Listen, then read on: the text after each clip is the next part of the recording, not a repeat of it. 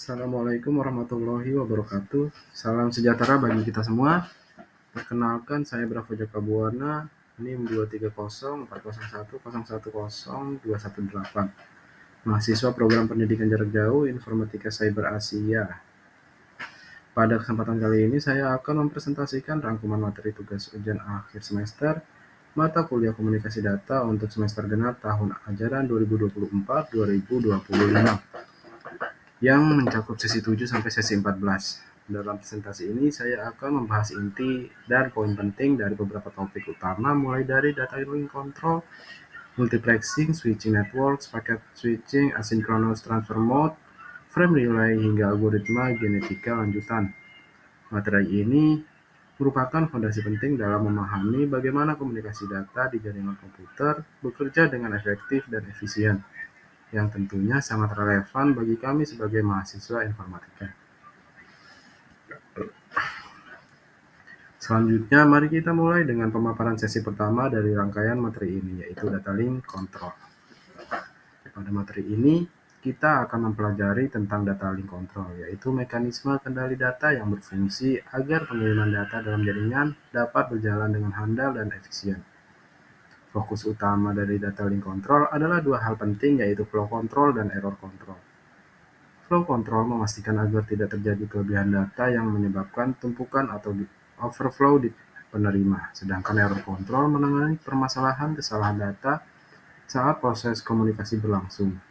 Bagian ini menjadi fondasi utama untuk menjaga kualitas transmisi data agar dapat diterima dengan benar oleh tujuan. Flow control berperan penting dalam mencegah buffer yang dimiliki oleh penerima data menjadi penuh atau overflow.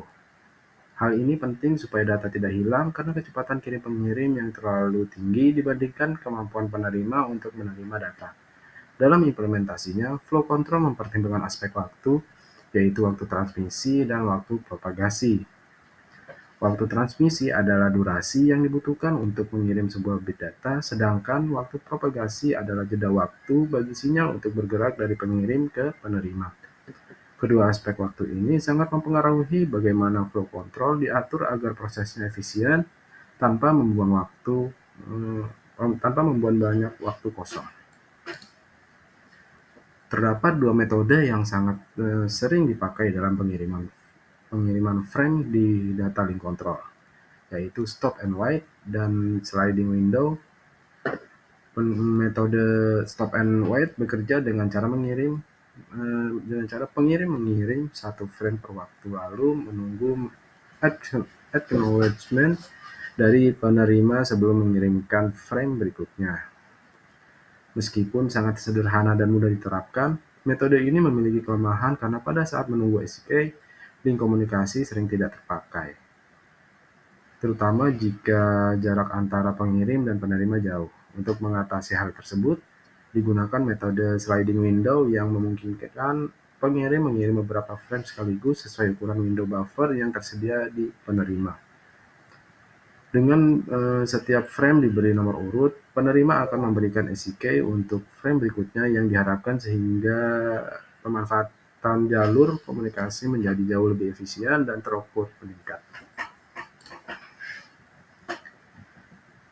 Pada bagian ini dijelaskan proses fragmentasi, yaitu memecah data besar menjadi ukuran frame kecil agar jika terjadi error hanya frame yang bermasalah saja yang harus dikirim ulang, bukan seluruh rangkaian data.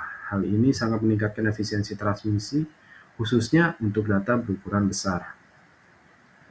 Untuk mendeteksi adanya error dalam transfer data, digunakan teknik seperti parity bit yang merupakan metode sederhana dengan menambahkan bit paritas untuk mengecek jumlah bit 1 atau 0 pada data.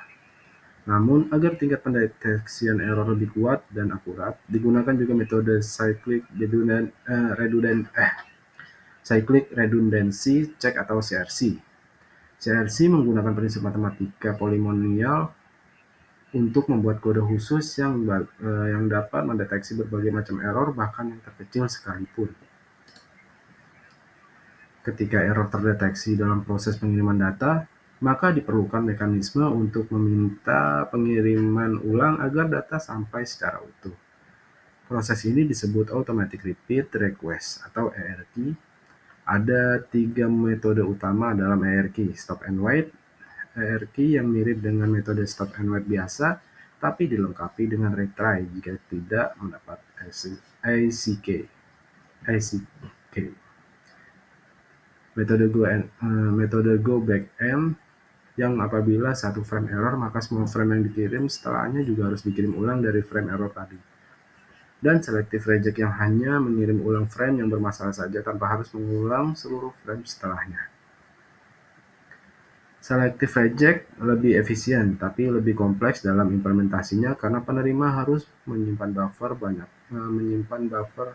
banyak frame sekaligus. Protokol standar yang digunakan pada lapisan data link control, salah satu protokol yang paling terkenal adalah HDLC atau High Level Data Link Control.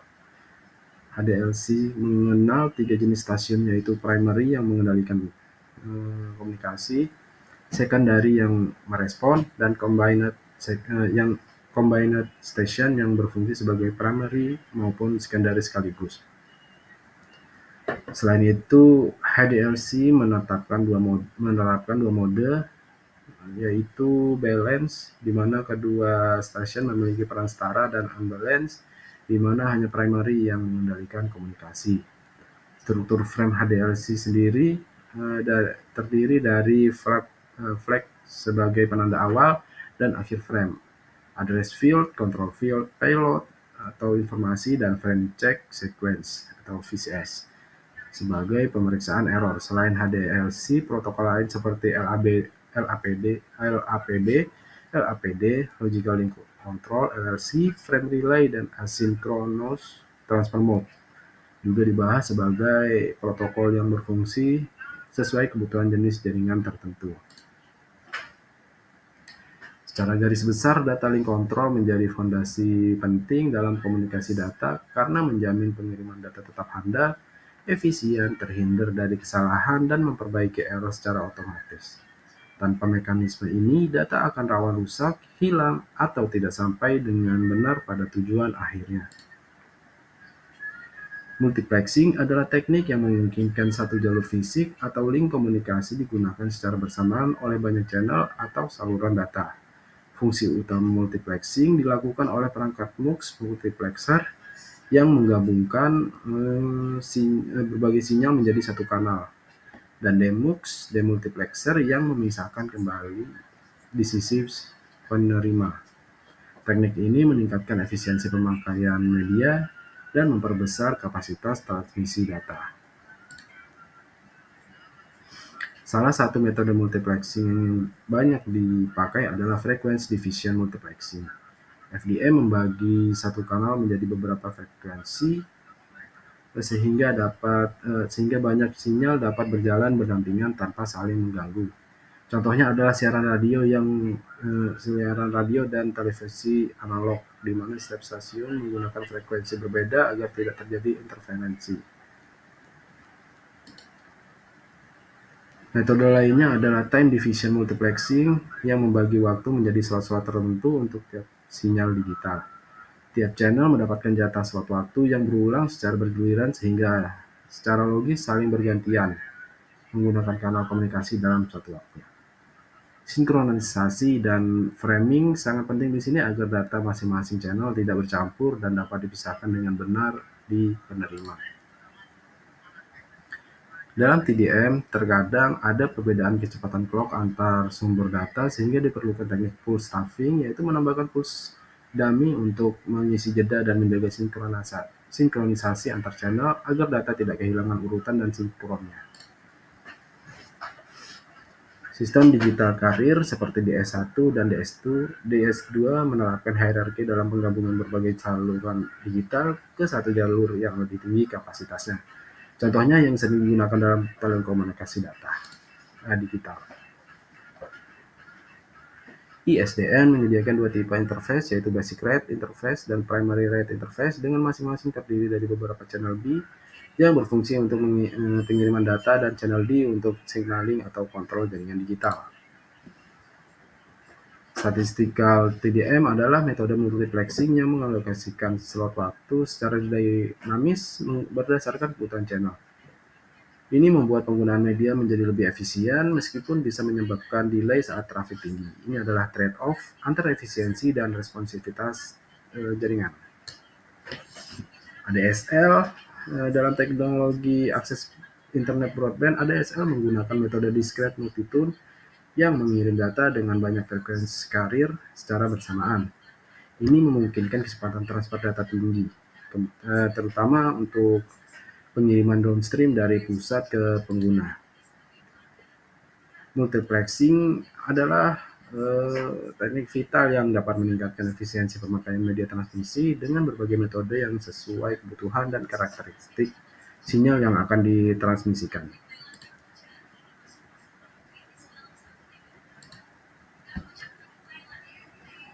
Switching merupakan teknik pengiriman data melalui node-node perantara dalam jaringan yang lebih luas. Switching umumnya dibagi menjadi dua jenis utama, circuit switching dan packet switching, yang masing-masing memiliki mekanisme dan aplikasi yang berbeda. Circuit switching menyediakan jalur komunikasi yang dedicated atau khusus antara dua titik selama durasi koneksi. Sistem ini sangat cocok untuk telepon tradisional. Prosesnya terdiri atas 3 fase, yakni establish, transfer data, dan disconnect saat komunikasi selesai. Ada beberapa tipe switch circuit. Yang paling umum adalah switch type space division seperti crossbar switching dan multi-stage switching. Dan switch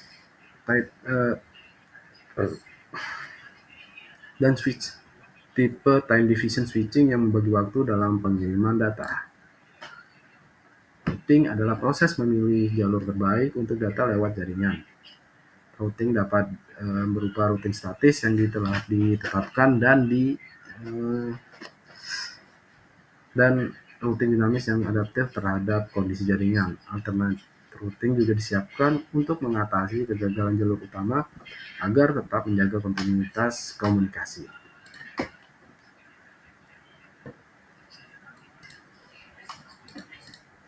Signaling merupakan pengiriman sinyal kontrol yang bertujuan mengatur jalannya koneksi dalam jaringan. Signaling dapat dilakukan dengan dua cara, yaitu in-channel signaling yang menggunakan channel utama dan common channel signaling yang memakai channel terpisah khusus untuk kontrol. Alur signaling melibatkan proses permintaan panggilan, konfirmasi koneksi, dan pemasangan koneksi yang diatur oleh sinyal antar switch dalam jaringan telekomunikasi. Switching memungkinkan komunikasi jarak jauh menjadi efisien dan fleksibel melalui sistem routing dan pengelolaan koneksi yang baik.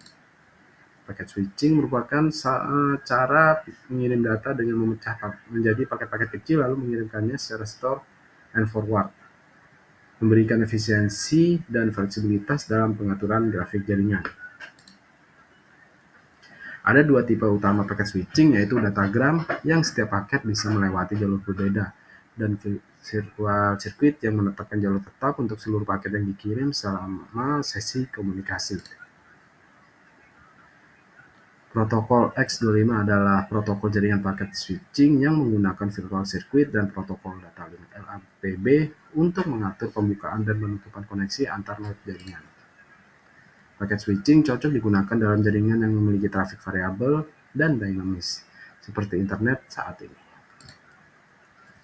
ATM atau Asynchronous Transfer Mode adalah teknologi komunikasi berbasis sel dengan ukuran tetap 53 bytes. Setiap sel terdiri dari header 5 oktet dan payload 48 oktet. Dengan informasi penting di header seperti VPI dan VPI VCI dan hack untuk pengendalian errornya.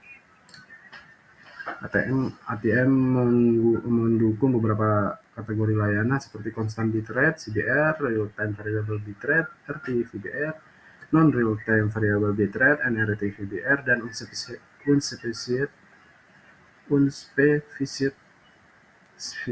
bitrate (UBR) yang disesuaikan dengan kebutuhan aplikasi. ATM berjalan di atas teknologi physical layer berkecepatan tinggi seperti SDH dan SONET, yang menjadi backbone utama telekomunikasi modern saat ini. HTM menawarkan kecepatan switching yang tinggi sekaligus menjaga kualitas layanan COS sehingga cocok untuk aplikasi multimedia dan data sensitif waktu. HTM Adaptation Layer atau AL berperan melakukan segmentasi dan reassembly data sesuai jenis aplikasi. Ada beberapa tipe AL masing-masing dengan karakteristik berbeda yang sesuai dengan kebutuhan aplikasi, mulai dari suara hingga data. Frame relay adalah protokol jaringan layer 2 yang dua layer yang efisien, lebih sederhana dibandingkan X25 dengan multiplexing dan switching virtual circuit. Protokol ini tidak memiliki pengendalian error pada setiap hop sehingga lebih cepat. Keunggulan frame relay antara lain delay-nya rendah dan throughput-nya tinggi, tapi memiliki kelemahan karena kurangnya error kontrol otomatis pada tiap node di jalur komunikasi. Kedua teknologi ini adalah tulang punggung komunikasi Wide Area Network WAN sebelum migrasi ke teknologi Ethernet dan MPLS. Materi terakhir membahas algoritma genetika, metode optimasi yang terinspirasi oleh proses evolusi biologis. Dicontohkan penggunaannya pada pencarian nilai maksimum fungsi serta permodelan individu sebagai solusi. Berbagai operator mutasi seperti inversion, insertion, dan reciprocal exchange digunakan untuk meningkatkan kemampuan algoritma dalam eksplorasi solusi optimal, terutama pada permasalahan kompleks seperti traveling salesman problem. Algoritma genetika merupakan metode evolusi yang sangat berguna untuk optimasi komputasi dan banyak aplikasi lain di bidang jaringan dan teknologi informasi. Demikianlah presentasi tugas UAS saya untuk mata kuliah komunikasi data dari sesi 7 sampai sesi 14. Saya mohon maaf jika dalam penyampaian ini desain presentasinya tergolong sederhana dan tidak mengulas seluruh detail materi secara mendalam. Hal ini saya lakukan karena saya berusaha mengikuti instruksi dan batasan tugas yang diberikan, sekaligus merangkum inti materi supaya presentasi tetap efektif dan mudah dipahami. Terima kasih banyak atas perhatian dan kesempatan yang telah diberikan. Semoga materi yang saya sampaikan bermanfaat dan dapat menambah pemahaman kita semua tentang komunikasi data dalam jaringan komputer.